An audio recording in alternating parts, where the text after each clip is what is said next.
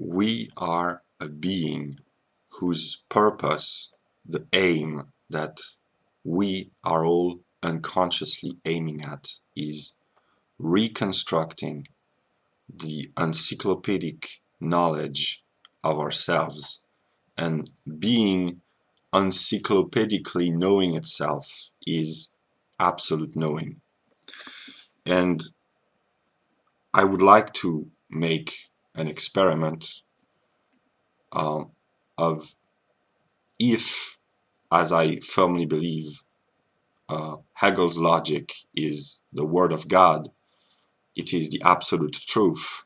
Truth is that which you keep stumbling upon, and if it is really true, it cannot be otherwise. So is it possible, or is it necessary to self-reconstruct the process of Hegel's logic? And Hegel says that the whole of the encyclopedia of being, which is absolute knowing, divides itself in three main parts: the logic, the science of nature, and the science of spirit. And the logic is the science of the pure concept, or the abstract idea, and nature and spirit constitute the reality, or the applied moment of the logical idea. And that's why nature is rational, and that's why, although many people doubt it and think that in the realm of spirit, which is human activity, everything occurs randomly, there's also rationality, according to Hegel. And yeah, so logic is the science of the pure understanding, der Verstand, and pure reason, die Vernunft, and the proper determinations and laws of their understanding of reason. And it divides itself in ontological logic, which is classical metaphysics reshaped by Hegel, and subjective logic, which contains what, before the advent of formal symbolic logic with Hegel and the analytic philosophers at the end of the 19th and early 20th century, what we called logic before that. It contains some of the moments, but in a reshaped, restructured manner. But we'll see. I will try to use examples from modern life. Logic begins with pure being, and pure being is not any sensuous being, any determinate being. It's the pure abstraction. There is nothing to see, nothing to grasp, nothing to think except the pure void. And therefore pure being turns into its absolute opposite, which is pure nothing. But this pure nothing, this void, this nothingness is thought. It is a thought, so it is, in a way. And this contradictory nature, at the root of all that is and all that is thought, and at this moment, it's not a chronological moment, it's a logical moment. Thought and being are not yet separated. So we have this ontological, logical also instability at the root of all things, before things even exist. And this produces becoming. And the two modes of becoming that we know are creation, that something, being comes out of nothing, that's creation, and destruction is something becomes nothing again, it is destroyed, it comes into the nothingness again. So or birth and death, these are two moments of becoming, and becoming is the unity of being and nothing. And we can think of many modes, if we might call modes, of becoming. Increase and decrease are quantitative becomings.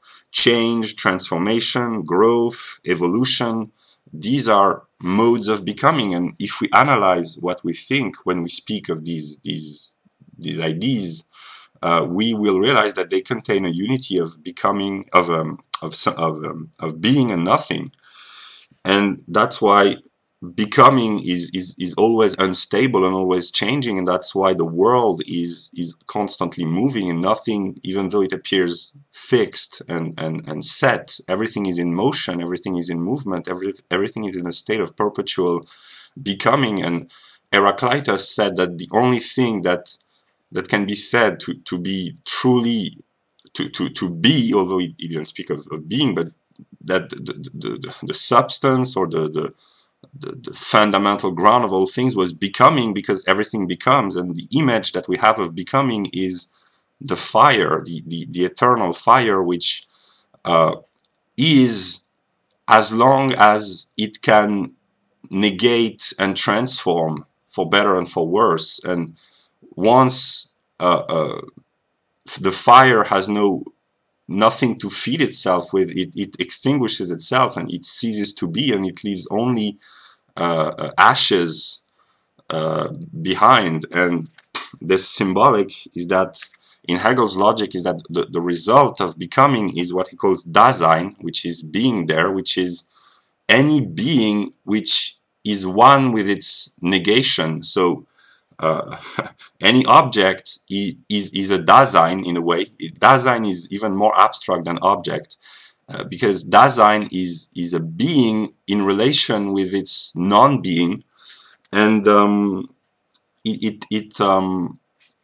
we distinguish, Hegel in his logic distinguishes the thing in itself, an sich, and the thing for another, sein für anders. And the image that I can think of is Plato and Socrates talking, and Socrates asked to the Athenian citizen, what is beauty in itself? And there's a citizen who says beauty is a beautiful woman, or beauty is a beautiful table.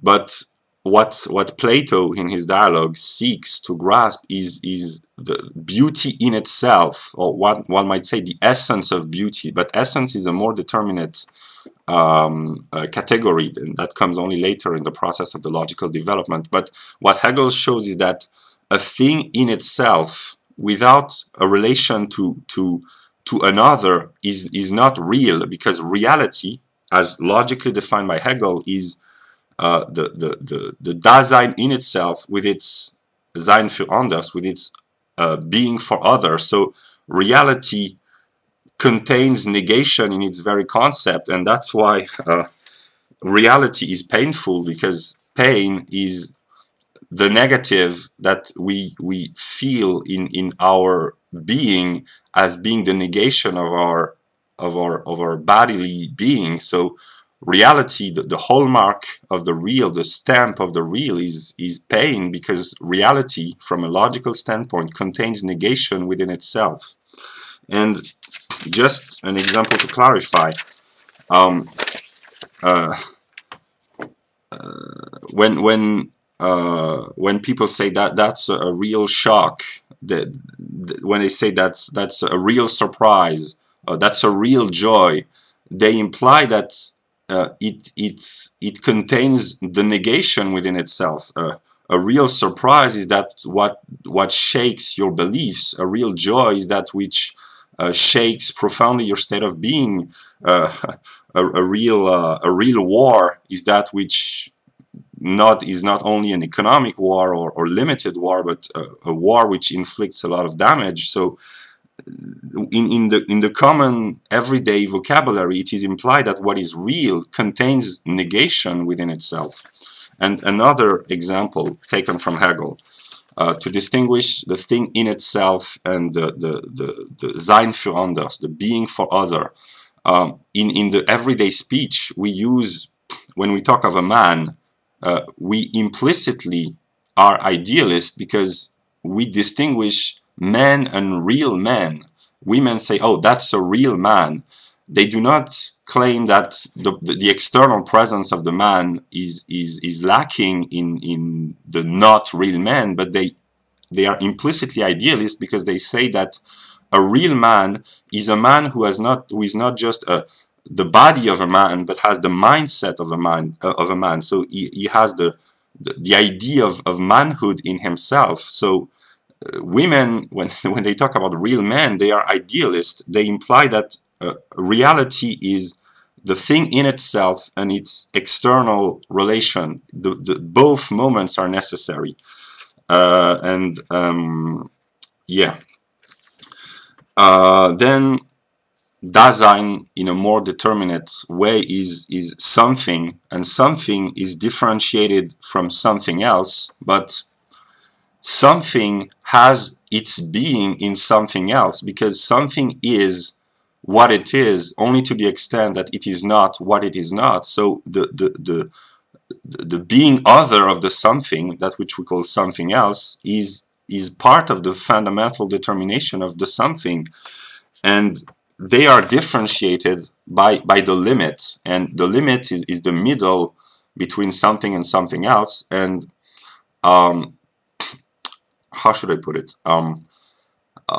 Something ceases to be where it has its limits, but at the same time, its limit is what gives it its being. So there's an ambiguous relationship with the limit, and Hegel shows in the logic that something has in its concept the necessity to transcend its limit. And in a much more concrete example, the reason why there are wars in history is because borders, which are limits in the realm of geopolitics, the border, every country is seeking to transcend its own border and to reach the infinite, because the neighbor is the seizing, the not being of the country. And in a history of geopolitics, the toughest wars are always wars between neighbors, and the